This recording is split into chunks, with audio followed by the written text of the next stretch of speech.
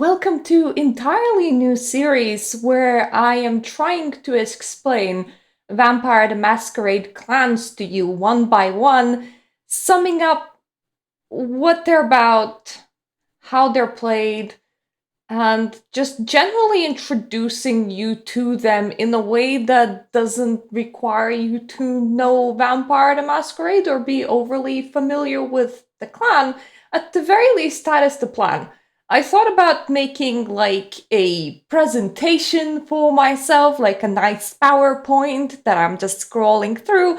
Then I realized that that is so totally not my way of doing things. Therefore, this is just ad-libbed and on the fly, and hopefully I can remember like the two books that I was reading just before for a very long time. This is like taking a test at school, except that I am in front of a camera, which sounds even more intimidating. We're gonna be discussing V5 and V20 editions. There are other editions, a lot less people play them. So if you're playing original V1, V2, or V3, go you. You're awesome. But there's like very few of you on the planet. So we're just gonna put those down and not look at them at the moment. One day maybe, but not today. Also, with this series, by the time I get to Hecata, which is V5's version of necromancers all combined into one, I will probably be very drunk or crying, because when they combined all the necromancers into one, they combined quite a lot of necromancers. Anyway, that is the overview of the series. Let us start with Clan Brujah. That is not where all the clans start in the alphabetical order, but this one's easy because it's fairly similar between V5 and V20, and it doesn't really have a lot of offshoots, so there's a lot less of speaking that Mirta has to do. So it's absolutely perfect for the first video in the series where I have to explain to you what the series are about. So hopefully you got all of that. So then, clan or class Brujah, it is a more fighting-based vampire that you can build in Vampire the Masquerade. Clans are like which type of vampire made you into a vampire, and that kind of determines your class, because kind of clan and class is like the same concept except in different games. So this one has very fighty abilities. They have Potence, which is hit hard, and this is true for V5 and V20, by the way. Both editions, the exact same abilities. That's why Brujah are very easy to talk about. They have Celerity, which is run fast, and they have Presence, which is everybody look at me! When you're thinking about how to use Presence, and you're like, that doesn't sound very fighty, Mirta, you can leave people like really stunned and in awe of you, which definitely would make you a lot harder to fight. Imagine that you're taking Taylor Swift in a fisticuff fight, but you really like Taylor Swift. You're not gonna like punch her full force into her face if you really like Taylor Swift. That's just not a thing that you would do.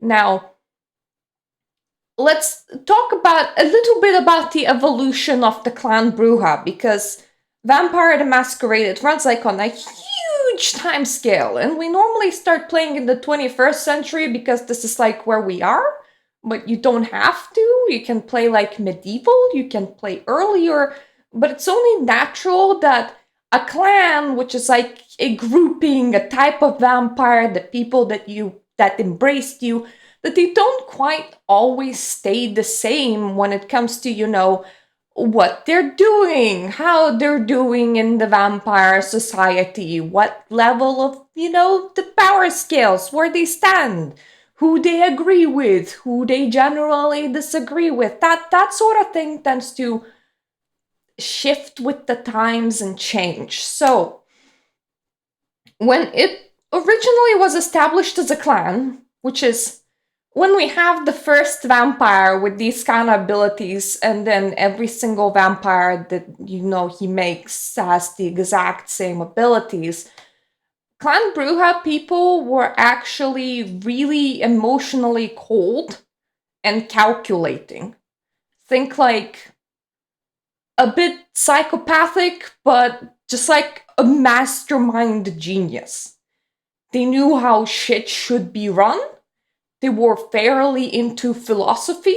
They had very strong opinions, but they weren't like your everyday punks or rebels or that sort of thing. They were like a high class thing.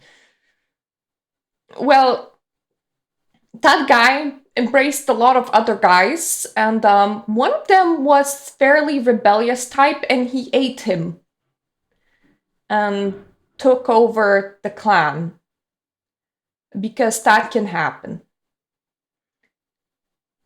And from there on end, you have a distinction in the Brujah. So now we have a subclass that splits all the way over here. So if you want to play a cold and calculating subclass, we call it a bloodline, there is a thing called true Brujah, which are the more cold and calculating people, kind of bit psychopathic, as I said, but like mastermind, genius sort of thing. If you just want to be like really analytical, really cold, really calculating, what are emotions? Why would you need them? That is true Brujah. And in the previous editions, I'm pretty sure they're in V2 and V3, instead of having the gotta go fast ability, which is celerity, they get, I think it was called Temporis.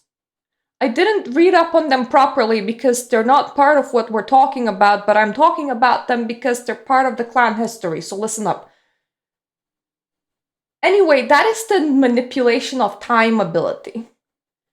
It kind of starts pretty It allows you to make people like repeat actions, kind of get stuck in a loop. So, if you want somebody to be very proficient at just like hitting one button for you, you can like hypnotize them to just do that over and over again, which probably goes well for setting a scene. Like, if you're a guy that's super cold and calculating and opening a mine, you can definitely hypnotize everybody to just be very good at hitting a singular rock. That sounds awesome. But it expands from there. Like, you can make people perceive the time as going a lot slower than it is. You can speed yourself up. You can take objects out of time. You can, like, take a whole place out of time. You can view what happened in this place beforehand. You can bring history back up to you. But those are pretty high up abilities, and normally players don't get to play with that shit. But anyway, that is kind of cool. In general combat, like if you're a general player and you're just gonna have the low down abilities, in my opinion, celerity's, the gotta go fast is kind of cooler because it's kind of more useful. But the idea of time manipulation in itself, that's, kind of fun. So anyways, when True Brujah split off, they carry a genuine sense of hatred towards the Brujah. Mainly because, the person that took over the Brujah clan kind of ate their dad. And also kind of stole the clan name. So now you have to, like, differentiate yourself by putting a true in front of your clan name. Which I imagine is highly inconvenient.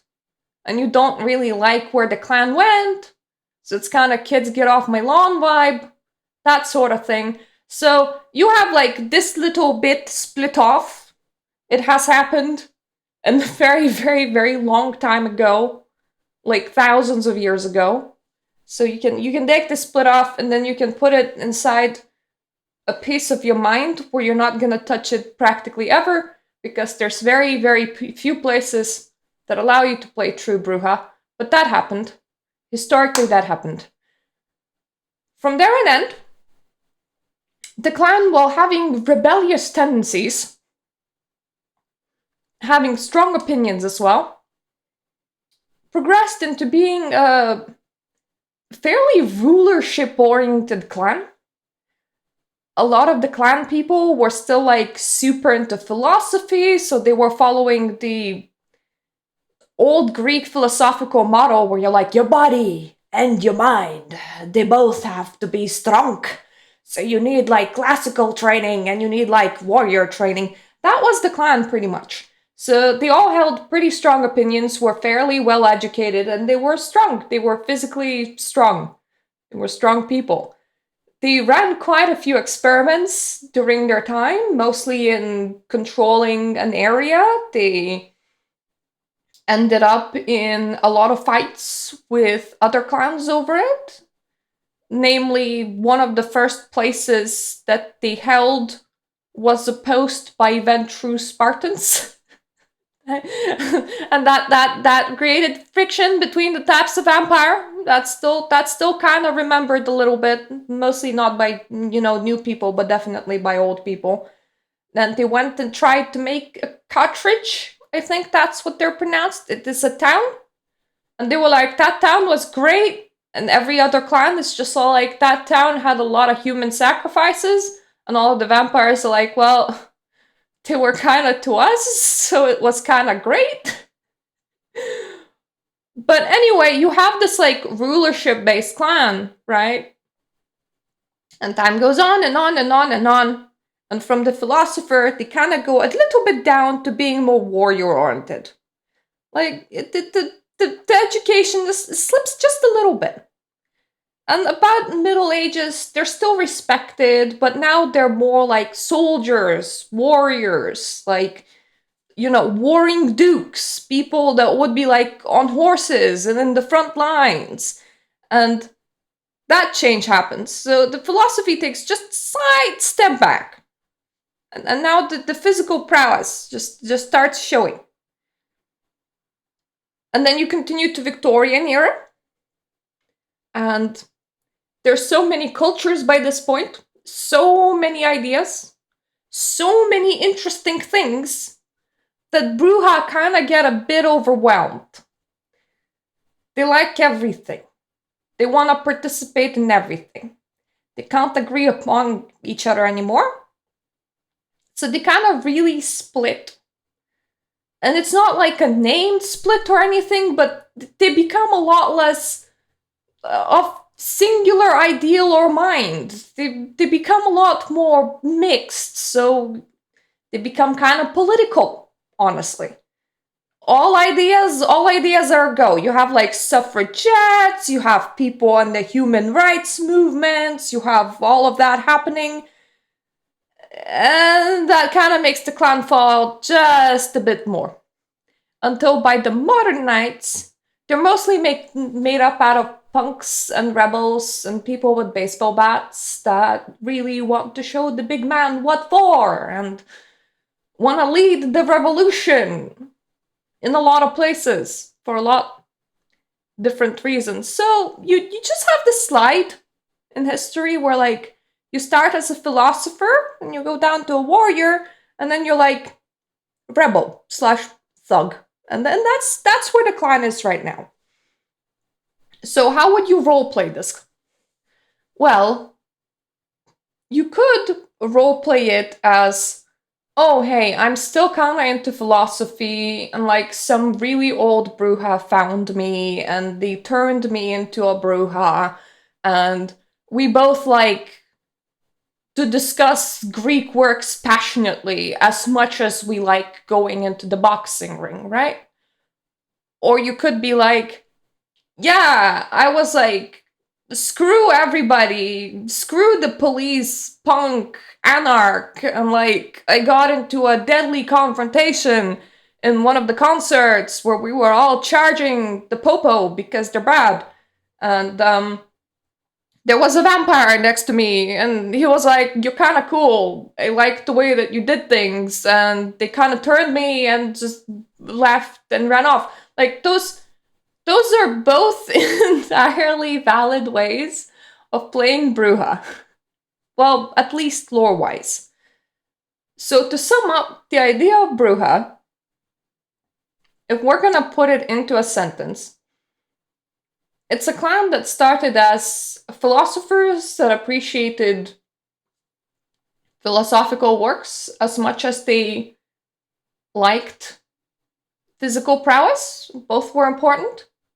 Into a clan that kind of descended into being warriors and on the front lines in the Dark Ages, until it continued like falling, and now you have a lot of thugs and rebels. Your anarchs, which coincidentally is also a movement inside the game. And in different editions, in V20, Brujah is still Camarilla aligned. And Camarilla is like your overly structured vampire society with like a few on the top. And they have like their lackeys, and their lackeys have lackeys, and it just continues going down like that.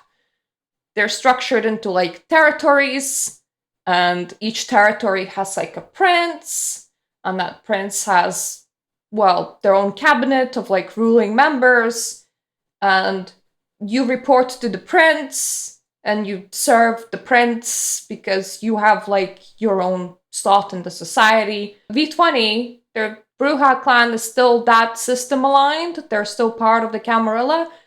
By V5, they have entirely rebelled, and they're no longer considered part of the Camarilla. They're considered part of the Anarchs. And anarchy is, well, Camarilla obviously does not work. So let's abolish that structure. You know, screw the society and screw the police. And it's the kind of rebel that would be hanging out in bars and throwing bombs at you for daring to come into their free state where such power structures are just no longer part of it, except that you still need to manage that. So instead of a prince, they have a baron. So it's slightly the same, but like a tiny bit different, but still kind of slightly the same. So for example, if you're part of a Camarilla and you're like, I want to make a new vampire, you're supposed to like go to the prince and ask them how this shit works. Well, you wouldn't be like, hey prince, how babies are made, but you would be like, hey prince, can I make another vampire? And then if the prince goes yes, then you make another vampire. Meanwhile, if you're, for example, inside an anarch-free state or an anarch-controlled territory, you would be like, hi Baron, I made a new vampire. Meet Bill. That's practically the difference. They're both still concerned about the consequences of your actions, because, well, if too many humans know that you be vampire, that's bad for the whole vampire society, and then the hunters come. So both of these are not terribly different. They still have like a power structure, and instead of a prince, you have a baron. The baron can still get like mad at you and kick you out or beat you up or decapitate you. It's not super different, but one part of it is considered to be younger and more rebellious. So Brujah went from the more structured system to the more rebellious system. There is another one, the Sabbat. That one is just super wild because it's more based on power system, based on religion. And also, vampires should rule the world, which means that they're very openly vampire. There are a tiny bit of Brujah over there, and those tend to be the most violent of all Brujah. Like, I'm squashing people's head in because I can level violent. But that's a tiny bit, only a tiny bit, and we don't talk about them because we're good people over here. Well, actually, I do play in Sabbat games sometimes. But what I mean is that it's not the focal point of this video. I'm just explaining to you the power structures that exist and genuinely where this clan kind of falls on the power scale. So if you're playing V20, you would still be part of the more structured system. If you're if you're playing a V5, then you would be like in the fuck the popo group. You know, that's where genuinely the whole clan falls. Now, that doesn't mean that you can't play outside of these rules. You have your clan, which is kind of your class. You have their abilities. How you interpret and how you play your person is entirely up to you. So while each clan has like a particular stereotype, like we saw in the time scale, it's a malleable thing. It doesn't stay stable. Otherwise, we wouldn't have fallen from like super philosophical dudes to your average bar going crowd or average alternative punk concert crowd. Like if the clan was stationary, that wouldn't have happened, which means that you have a lot of freedom in how you play the stereotype. In both versions, Brujah anger kind of easily. They're very passionate people. Oftentimes, they will care about political movements and ideas. Political movements and ideas, it doesn't matter what kind. You can have your feminists, your Marxists, your alt-right people. Any political idea that you can put a label on, you can have a Brujah that's very passionate about that idea and about enforcing that idea and seeing that idea through, including physically, because fighting is something that they're very good at. In both versions, Brujah, they're bane, the thing that is the bad thing about taking this class, like the kind of thing that you take minuses to, they're very quick to frenzy. In V5, I think you remove the die that you roll to resist frenzy based on your bane severity. In V20, the difficulty to resist frenzy just goes up. Frenzy is what your vampire does when they're very hungry, or they're scared, or otherwise put in a fight or flight situation. So, for example, if they see a fire, like if somebody's like trying to flamethrower them, for example, fire is very bad for a vampire, that would be a place where the storyteller might be like, roll frenzy. And if you fail a frenzy, then your character can do numerous amount of things. It's not up to you anymore, it's up to the storyteller, but in general, it will be a fight or flight sort of thing. So if you're very hungry, you're gonna try and eat the first thing that's nearest to you, doesn't matter what kind of emotional attachment you have to it. If you're scared, you're probably gonna run away. And in that case, all of your teammates are gonna be there fighting the fight. And they're gonna be like, wow, what an asshole. He just left us 3 versus 4. He ducked it, he ran. Or it can also be the fight thing of you get startled, you get violent, you charge forth, and you don't quite control your character. It's the storyteller now controls your character. So in general, most players don't tend to want to frenzy because then they lose control of their character. And that's bad because you can't decide what your character is doing, though it can be hilarious when it happens. So because Brujah is such a passionate clan, and such a strong and quick to anger clan, very emotional clan, unless you're playing true Brujah, in which case very emotionally flat clan, you will suffer the consequence of that guy threw an insult at me. I am getting very angry now. You might frenzy. That guy's waving fire at me. I'm getting very angry now. You might actually charge him instead of running away. You have reactions, and they're strong and emotional, and it's harder for you to control them. And I don't mean like sit in the puddle of tears. I mean mostly like get angry. Barbarian rage, if I can put it into more clear and concise terms. So you know that they're very politically motivated, that they're very passionate, that they're very emotional, especially when it comes to emotions like anger and rage and punch thing. Or in case of true Brujah, they're very emotionally flat and very calculating. How you play that kind of character is up to you. A lot of Brujah care about justice. Quite specifically, justice for themselves. It could be justice for other people. But honestly, if they're like motivated by like a specific political ideology, they're unlikely to be talked out of it. Like, if you really want to bring in this very specific political movement, you're both caring for other people by being like, this is what's good for you, but at the same time, you're not really listening, are you? So they care about themselves in that way, that they feel very strongly for something, and they're gonna bring that sense of strong feeling forward.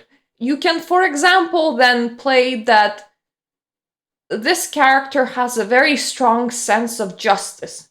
They're a detective or a police officer. You don't need to be a punk rebel if you don't want to be. You can even be a lawyer. You feel very, very strongly about solving those cases. You feel very, very strongly about maybe solving particular type of cases. So you can actually play a law enforcer as a Brujah if you want. It's just that a lot of your reactions will, for the most part, be a lot more rash and brash, and you might even opt to solve things in a violent way if you feel like that actually solves things. You can, on the other hand, invest a lot more into your intelligence stats than is necessary or normal for a combat-oriented class.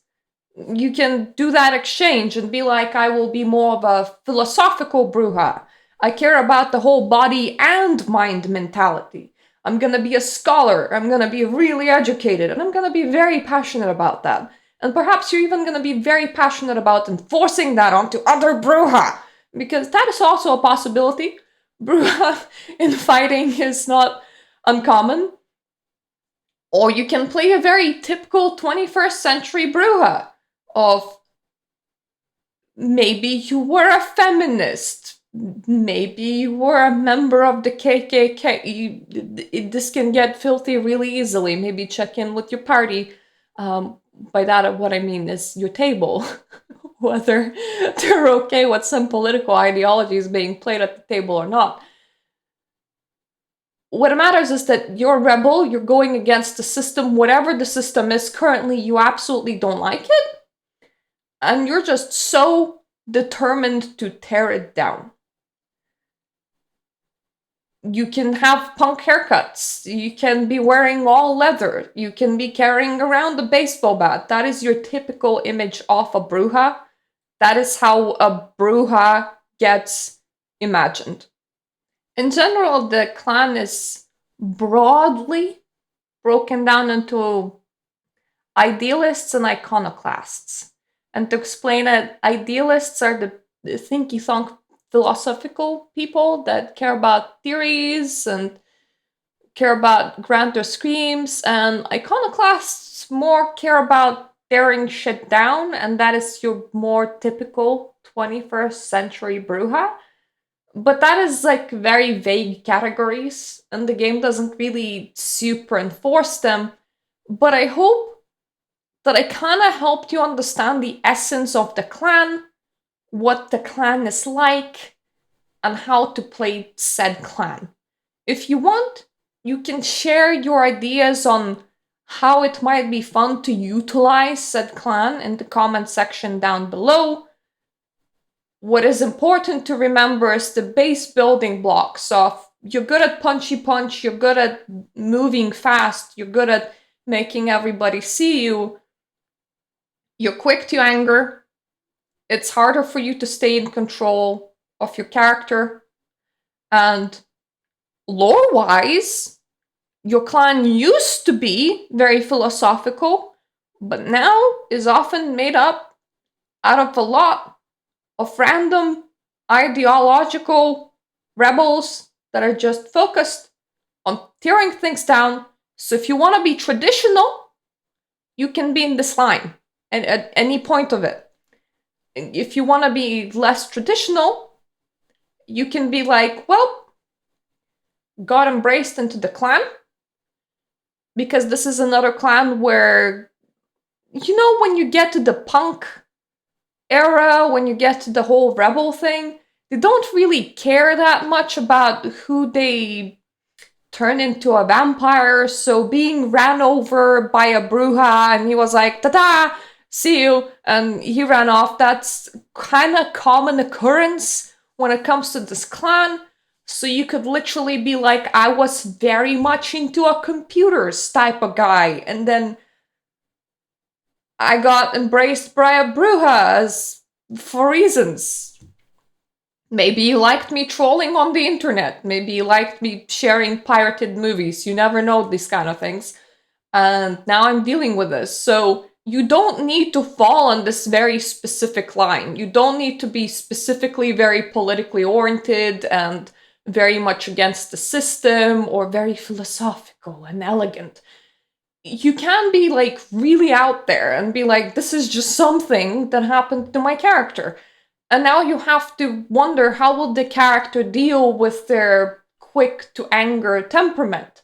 How will they deal when their emotions get a bit sharper and they actually care about the things that they used to care a tiny bit more and are a bit more easier to, enrage? Imagine if it happened to a doctor, like your average everyday Joe. He was out there saving lives, and then one day he got run over by a Brujah, and now he's a Brujah himself. And by that I mean, the vampire thought that it would be cool to turn them into a vampire and then effed off. You're probably still living in the hospital. You're probably still using that identity that you used to have, because what else are you gonna do? But now when you're issued orders of, hey, you have to hurry up to another patient, it's a lot harder, because now you get angry very easily. And you might lose self-control, and you might shake somebody too hard, or you might punch their skull in and push through this. Like, there is a amount of possibilities that you can play this clan that isn't a typical way of playing a clan. And that is true with all Vampire the Masquerade clans. They're just kind of divided into big groups, and these groups will have shared abilities and shared weaknesses. And with V5, they also have like a shared compulsion. And that compulsion in this case is rebellion. So you really want to disagree with authority and prove yourself to be the correct one. That normally happens when you botch a roll and then your compulsion kicks in. That is another mechanic that I'm not gonna go in depth in here, but that's something that V5 has. You can apply those building blocks and be like, I am a person that's completely out of left field. I am something that completely doesn't fit into the clan as a whole, and I'm just me, but I have all these features applied to me. I don't suggest role-playing yourself. Normally, by what I mean by this is you can take a person that does not fit the stereotype, apply the stereotype, and see what happens. That can be a fun role-playing experience. I hope that this video kind of helped you understand what Brujah is in general. I tried to repeat it over and over again. I hope that it sunk in. If you found it helpful and you don't like this clan, or maybe you would like to hear about other clans, feel free to stick around for the rest of the series. I will be doing them all. Thumbs up. And also, if you like these kind of videos, look around what is my channel offering for the rest of them, because I do a lot of gaming. The tabletop is kind of slightly bit more out of left field for me, but not really, because I do play quite a lot of tabletops offline. And I also do occult stuff. If you're okay with that, consider subscribing. Also, really thank you to my Patreons for supporting me. And I hope that I'm gonna see you all guys in The videos where I try and break down the other clans the best to my ability. This is hard, but I'm trying my best. Toodaloo for now.